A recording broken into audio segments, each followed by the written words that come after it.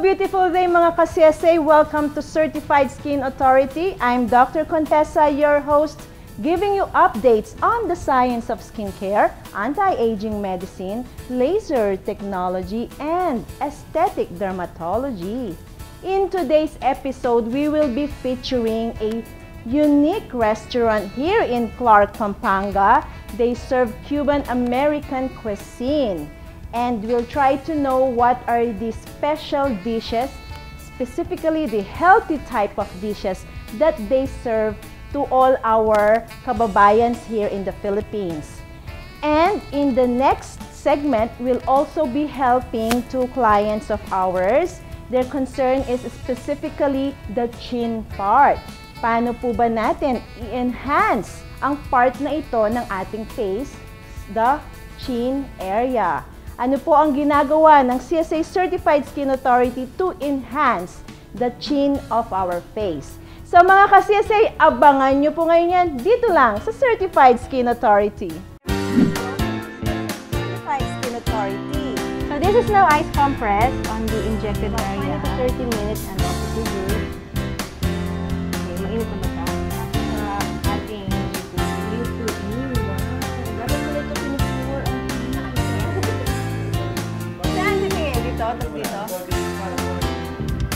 Welcome back to our Kapit Bahay. Ngayon pong araw ng skin analysis po natin siya, and the treatment that we're going to do is also good for her. parang best. You wanted to enhance in a way na gusto mo mag-lift siya, mag-angat, right? And then also sa nasal. So we have actually applied na yung namin cream on this side, dito lang sa area Corner of the mouth. And then dito po, we assess. Sige, kindly clench. Okay.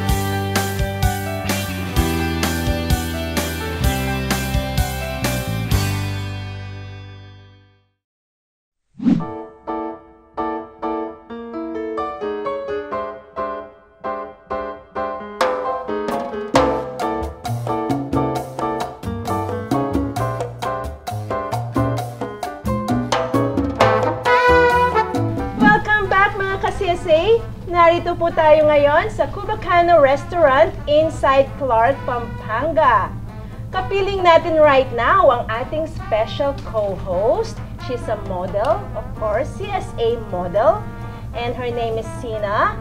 And she will be introducing our special guest na may-ari ng Cubakano Restaurant. So here is Sina. Thank you, Doctora. Today I will be introducing Mr. Robert Whitener.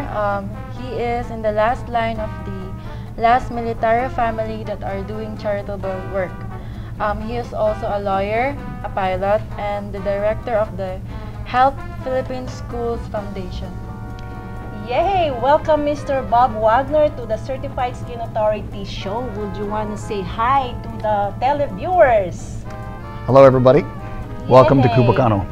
Yeah, and we're glad, we're happy to be here also.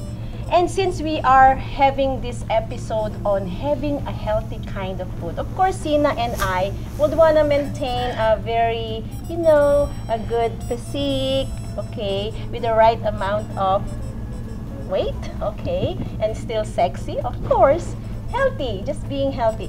We wanted to feature a resto whereby they serve this kind of healthy foods that we also would want to enjoy the taste, and of course we don't want to deprive ourselves with a very tasty dish, and of course a different kind of dish aside from the Filipino ones.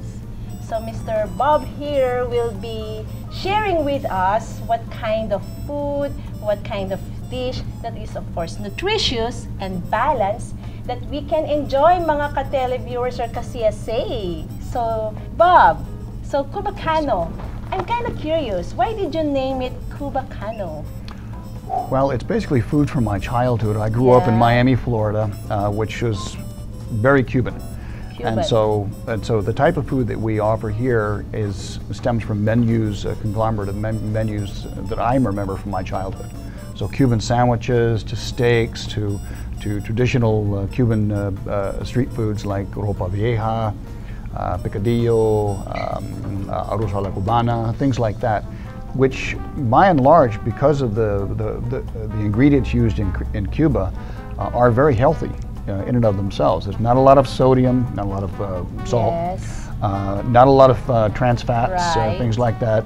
Everything is made fresh, and that, of course, is probably the most important thing about Cuban cuisine, is that everything has to be made fresh. You'll never see a restaurant in Cuba that actually takes things out of cans or prepackaged systems or any of that. So Yes. that's what's really important about Cuban American. Yeah. For the sake of our televiewers, Sina, are you aware of the Cuban dish or Cuba, the country, right? Masyado. Not really, hindi masyado. And I think it's from the Spanish or Mexican or Right. what? Well, you know, Kind the of Spanish line. went all over, Yeah. hundreds of years ago, and they established their colonies. Right. Philippines having been one. Yes. You all are familiar with certain types of Spanish dishes that, like adobo. Yeah. uh, Adobo, originally from Spanish. That's correct. And then you have something that was given a Filipino name called kwek kwek.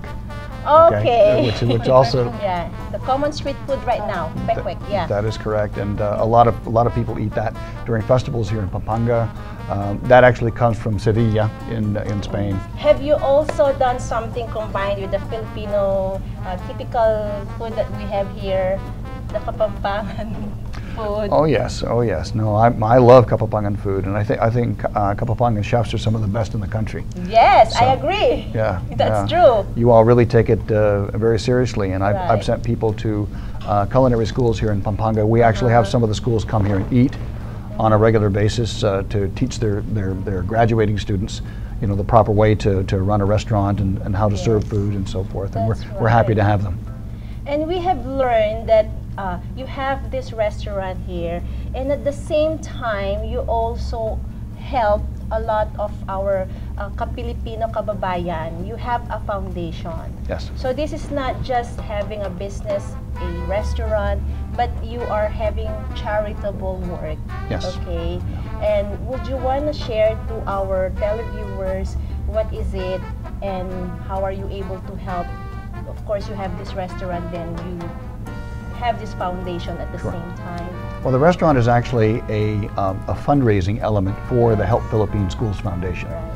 And beginning in 2009, we decided to, rather than build schools and feed children, we decided to come up with a way where the children in the schools could actually learn how to feed themselves Right. in the long run. And we decided the best way to do that would be to go out to the remote elementary level schools and modernize them by giving them computers and internet connections and projectors inside each classroom, so the lights can go on above the kids' heads.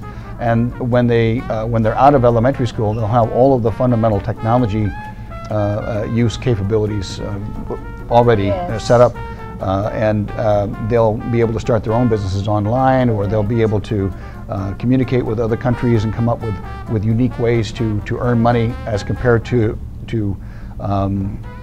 waiting around for a job that may or may not ever materialize in the Philippines because of the economic situation. So that's what we do here at Cubakano. So you're also putting in into these remote schools some of the computers, so putting in modern technology right Correct. now. And so you're helping a lot of the young ones, the young generations, to have a better future. So there are so many privileged Filipinos right now benefiting from this foundation of yours.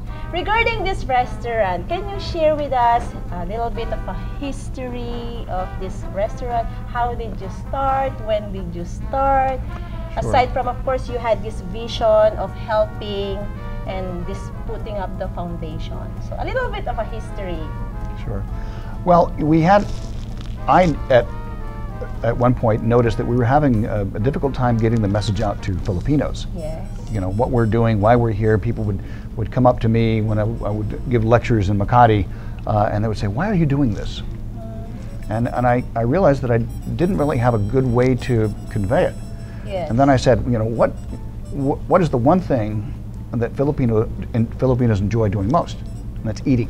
Eating, correct. Okay, and so it dawned on me, well, maybe I should start a restaurant and come up with a way to give wealthy, middle-class, wealthy Filipinos something really good to eat while discussing charitable actions. Right. And it seems to have worked because it's food or sharing food here in the Philippines is a major icebreaker. It's very different in the United States and in Europe. Yeah. People in the United States and Europe, everyone's very private about their eating habits. Yeah. Here in the Philippines, it's a real But social here, thing. yes, it's a Everybody's social thing. putting Correct. food on each other's plates and Yeah, do this. whenever It's we a very gather, loud, there's exactly. always Yeah. food there. Especially the family reunions, Yes, those kinds of that's things. true. That's very correct. So, So when did Cubakano start? What year? we've actually been here in this location 2 years. Yes, 2 years. 2 years already. So 2014, is that right? 2014, yeah. Okay mga ka-CSA, atin naman pong tikman ang kanilang special dish. So Bob, what do you have here in front of us?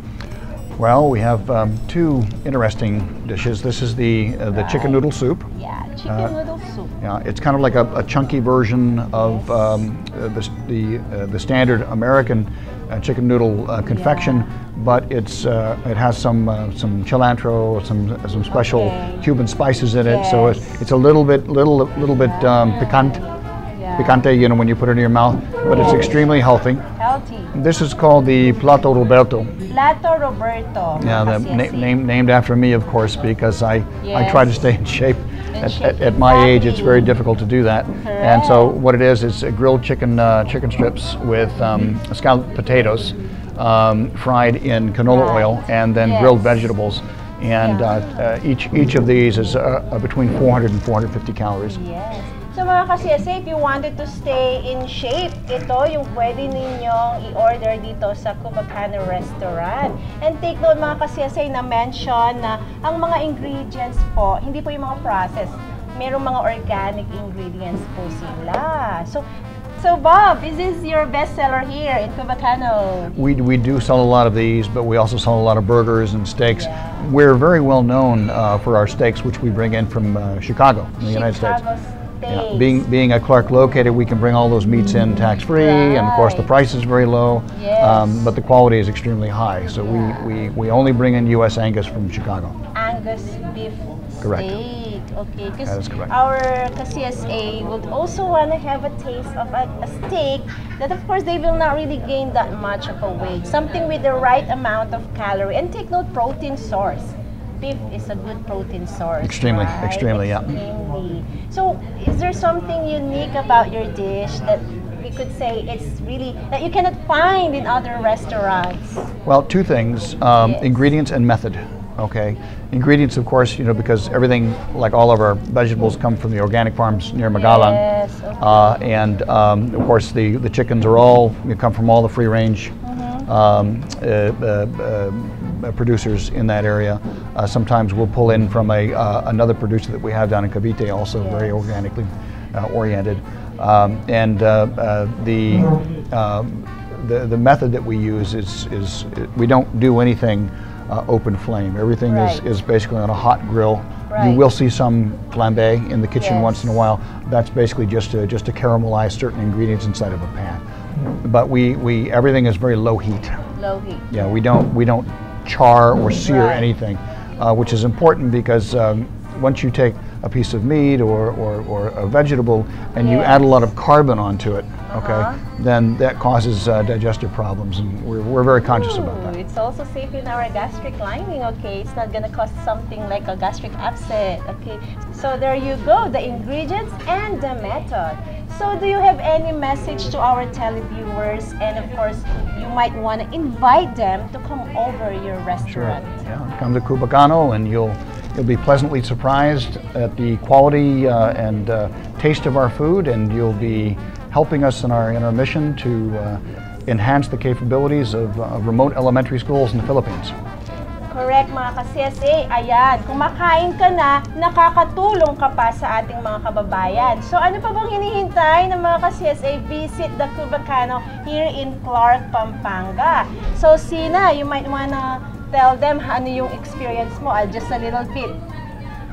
So yun, yung place is maganda yung place. Pwede kayong magsama ng family, friends. Family, friends.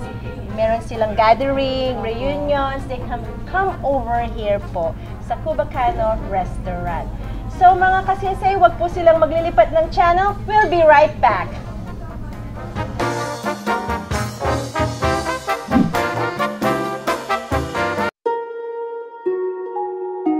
Hi, I'm Sina Su, and I'm a student of Angeles University Foundation.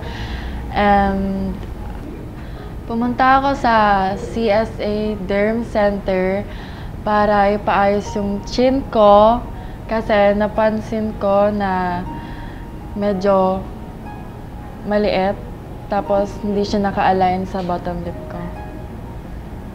Nag-consult na ako kay Dr. Contessa and abangan niyo po yung gagawin na procedure sa akin. And we're back mga ka-CSA. We are now on the part of the so-called face mapping for Miss Sina, our beautiful model. And she's a fashion and romp model. Kamusta, Sina? Okay lang po. How are you feeling? Medyo kinakabahan po. Kinakabahan. Well, we are just in the part na iti-check natin ang part ng face, okay? We normally have this picture being taken to assess yung mga specific areas. For example, the right side muna and then the kabilang side, balance ba, proportionate ba, di ba? But you had a treatment before in any other clinics? Wala pa? Wala naman po. So this is the first time, okay? So in your case kasi, ano yung mga specific concerns mo sa face mo? Yung chin po. Chin part, okay. So, we wanted to establish a very good contour sa face. Well, for Sina, looking at her face, she's so beautiful actually eh. Wala ka naman kailangan, anak. The skin texture, maganda. Diba? And then, although sa ating forehead area, teenager pa rin naman si Sina, she still has some pimples, okay po. And then we'll just treat the acne problem ni Sina later on. But the rest of the skin, very smooth, clean, neat. Parang ang walang pores eh. Meron diba? Oo. Yeah, we have pores, pero yung sa'yo, minimized sila. Okay? Okay, so we are checking on your face contour. Nasa face contouring pa rin tayo. Normally, mga ka-CSA kasi, we do a measurement from the upper third, and then the middle third, and then the lower third. We make a line straight dito sa ating sideways. Now, looking at Sina kasi, if we assess kasi yung kanyang chin part is slightly inwards. Yung iba kasi gusto nila medyo may prominence or bulge ng konti. But the right way to do it is make it balanced or equal with that of your lower lip. And then, draw a line straight pababa. If doon sa line nakikita mo na hindi pumasok yung portion of your chin, we may enhance or augment lang. Diba? You may wanna make it a little bit rounder. Plus, to give you a very good jawline or a well-defined jawline. Prominent ang jawline. Para yung sa contouring natin, and she's a model, meron tayong mga photo taking, importante sa inyo yung face contour, yung proper shape ng face. Actually, maganda nga yung dito sa jawline ni Sina, di ba? Ganda. Hindi nahihirapan ng mga photographers sa'yo. Right? So, what do you usually do during the photo shoots ninyo? Yung mga proper makeups, di ba? But with this kind of treatment, it will help us somehow define, lalo na yung sa lower third of the face. Kasi upper third, middle third, okay tayo. Sa lower third, i-define lang natin ng konti dito. But the good thing is, maganda naman yung jawline area. But here in CSA po, to do chin enhancement, we make use of the dermal fillers called Restylane Hyaluronic Fillers. May question ka ba, Sina, regarding that? Gaano po katagal nag-last yung Okay, ang question ni Sina is how long does the dermal filler last? Okay, it varies, it depends. For some of my patients, merong 1 year, for some 2 years. Okay, like the one I did on myself, 2 years, okay pa siya. So, sa'yo, we're gonna use a Restylane Perlane filler, it may last even 2 years. Okay? So, dapat maganda yung lifestyle mo para na-preserve naman yung freshness ng skin. Actually, the dermal filler is made of the hyaluronic filler. So, mga ka-CSA, the hyaluronic filler is naturally present in our system. Nakikita mo sa skin, nakikita mo sa connective tissues. Okay? Meron po ba siyang parang pwedeng, bawal gawin, ganyan? After the procedure, Opo. ito po yung walang downtime. You can go back to your usual activities. It's called lunchtime treatment lang. Okay. Okay? So, before we start with the treatment, actually, we put a numbing cream, this part here. So, nanumb na natin kanina. And the procedure is just a quick technique. Few minutes lang po. We're just gonna be injecting some of the hyaluronic filler. I'm using the Restylane dermal filler for my chin enhancement. It's made of hyaluronic fillers. Okay? We find it naturally in our skin. Now, the procedure is quick. It's easy to do. Okay, mga ka-CSA, again, we are on the part of doing chin augmentation or chin enhancement dito po sa part po na ito. So, we have applied a numbing cream. Okay, so the skin part is already numb. And we have, again, the Restylane here, Restylane Perlane that we're gonna use. So, Sina, okay, the goal is to have a prominent chin. Hindi naman yung exaggerated. This is a soft filler. So, hindi siya yung matigas or yung parang magiging lumpy. And it's just natural appearing. And the wonderful thing po sa hyaluronic fillers, since natural sila, ito yung mga substance na nag-hold ng water sa ating skin. So, nagbibigay din ng deep hydration. And of course, ang appearance lang, napaka-fresh and natural lang. So, hindi naman ito invasive or surgical. So, it's very safe. These were FDA approved. Clinically studied sila. And I love hyaluronic fillers on my face because it gives me that rejuvenated look, fresh look, natural look, hindi dry looking, hindi dull. It sustains yung luster sa face. So it's very good, it's very safe for us, for all of us. Okay, so let's clean the area before we inject. Normally kasi mga ka-CSA, ang chin part po natin, we wanted to define a little bit for the main purpose of balance and symmetry sa ating mukha. Beauty is balanced. Beauty is symmetrical. Beauty is proportionate. So we make it balanced with the lower lip. So when we draw a straight line from the lower lip downwards, so kay Sina, so we enhance a little bit. So, we contour a little bit. So, we fill in isang substance po na natural. So, somehow, we'll make it rounded ang chin part. So, we're helping you again with the face contour, achieving a V shape na somehow ang ating chin defined. Diba? So, rounded and sexier looking, right? So, since we have cleaned the area, this is a quick technique, a quick procedure. Injections lang po siya. And we'll be making lang a direct injection. Okay, it's called bolus po. Okay, and then we'll be pushing in some of the medicine already. How do you feel? Okay lang po. Okay lang. So, we may start with some 0.3 in this part. So, actually, kung gusto natin yun, we can achieve that also. Diba? Cleft chin po. Cleft chin. There you go.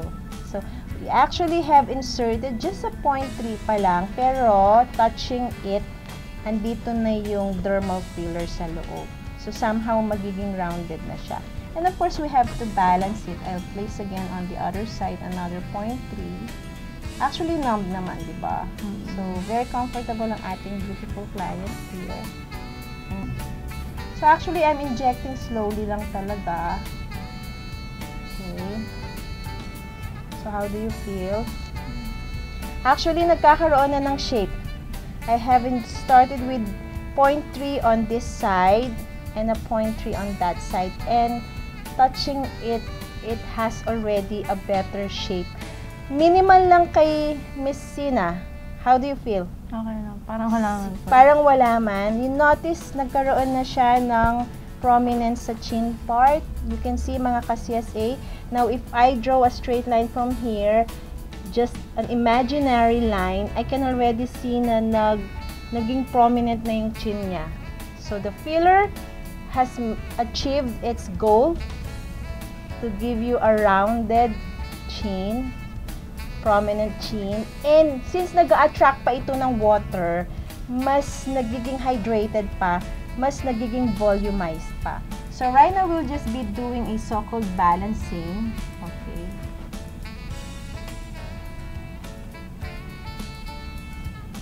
So we have to show to Sina the outcome of the injection of the dermal filler on her chin, and we'll ask her if she's happy with the appearance of the chin part. So Sina, looking at it right now, Okay naman po. okay siya. Actually, it gave you that good shape, rounded shape, contoured sa iyong type of face. Now, we can balance. Checking on it right now, it's okay na. And you notice, you felt it, na meron na siyang bulge dito, diba? So, now, if you still want me to add, actually, we can add more. Okay? Now, this filler, okay, mga ka-CSA, actually, they may last a year or even 2 years with 2 retreatments. Okay? And these fillers are very safe, and since they're naturally present, wala po tayong katatakutan na any adverse reactions or yung mga sinasabi nila baka nabubulok or magkaroon ng infection. Hindi po.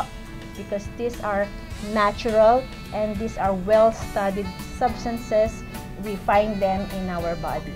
Okay, and of course here at CSA, Certified Skin Authority, we guarantee you of the safety of our products. Ayan mga ka-CSA, sa aming pong pagbabalik, tunghayan nyo naman po ang male version ng chin augmentation.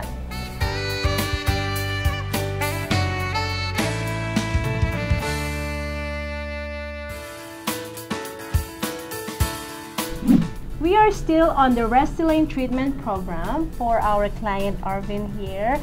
We are going to help him augment the chin area. So, atin pong gagawin mga ka-CSA ang tinatawag na chin augmentation using the Restylane dermal fillers or hyaluronic fillers. At this point, we shall be doing a so-called face mapping. We take photos, okay? Whereby with this, we can already have a simulation of the appearance ng ating kliyente pre and post or before and after the procedure. So, pwede nating makita, Arvin, kung ano yung outlook after ng injection ng hyaluronic filler sa ating chin part. Actually, looking at the face of our client, Arvin here, very contoured actually ang face. O, diba? And good texture ang skin. Yes, thank you. Wow! Ano bang secret? Bakit maganda ang texture ng skin? Thank you, CSA. So, this is the part na ang face mapping is to identify yung symmetry, yung balance ng face. Then, we as the physicians, of course, will be helping Arvin to identify kung ano yung part ng face niya na pwede pa nating i-improve or i-enhance using our Restylane products. O, di ba? Thanks to Restylane kasi these products are very natural. Okay? Wala silang mga side effects. And of course, walang mga allergic reactions. Pwede siya sa mga any skin types. And I love it because it gives us the deep hydration. So, nag-i-improve pa yung pagiging, what they call this, yung ano ng skin natin, yung smooth, tapos maganda yung texture, hindi siya dull looking, hindi siya dry looking. So, yun yung maganda sa hyaluronic fillers. So, that's actually the part. So, we also do skin assessment or skin analysis. Inaalam natin ano yung type ng skin, presence of pigmentation, presence of acne scars or pox scars, yung nga, visible pores or vasculature. Okay, so we have completed yung ating assessment part. And the procedure that we will be doing will be the chin augmentation. So we will be using the Restylane dermal fillers. With Arvin here, ang specific area that we target will be the chin area. Okay, how do you feel, Arvin? Okay lang po. Wow, relax lang, di ba? And mamaya, you still have some activities, right? Yes po. Yes, so itong treatment na to, wala namang downtime. So this is our Restylane product. So the specific one that we'll be using for the chin part will be the Restylane Perlane.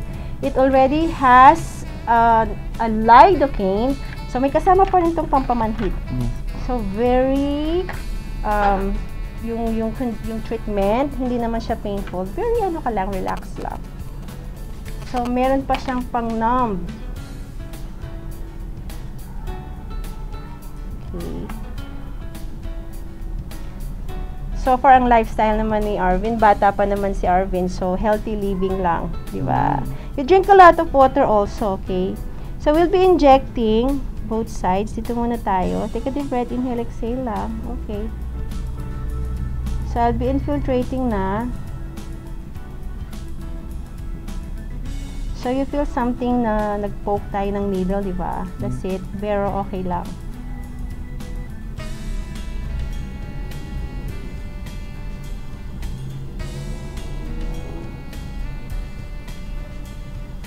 So sa other side,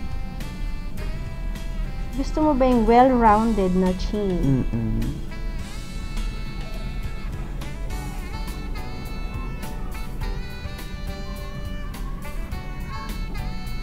So, after the treatment, iwas lang muna yung sobrang init. Wala mo ng hot sauna, hot steam, yan. So, this one still improves as the days pass by. Gumaganda pa yung texture dito. Nagiging well-rounded pa. You just drink a lot of water. Kasi water attractant itong ating filler. Right. So, what do you feel? Okay lang, hindi po masakit. Okay lang siya, no? So, this one will still plump up. Ibig sabihin, pwede pa siyang mag-volumize as the days pass by. So, manonotice mo, dati kasi parang inwards lang siya paloob lang. Pero ngayon, nagkakaroon ka na ng curve ng chin area mo. So, may nanotice ka na dito na dent sa gitna, right? So, we can actually mold the filler. So, we see na, I can feel the filler. But it's still soft. Hindi yung mga matitigas. Soft and natural. Diba? So, we already have on the chin of Arvin the Restylane filler. So, it's rounded here. Okay. And we usually advise our clients to have a follow-up after 2 weeks. So, you can return to your usual activities today, tomorrow. Then we just do ice compress, please. So, that's a treatment with the Restylane chin augmentation. It's a quick procedure, easy procedure, and very natural, very fresh, and soft. So after the procedure, mga ka-CSA, we actually do ice compress only.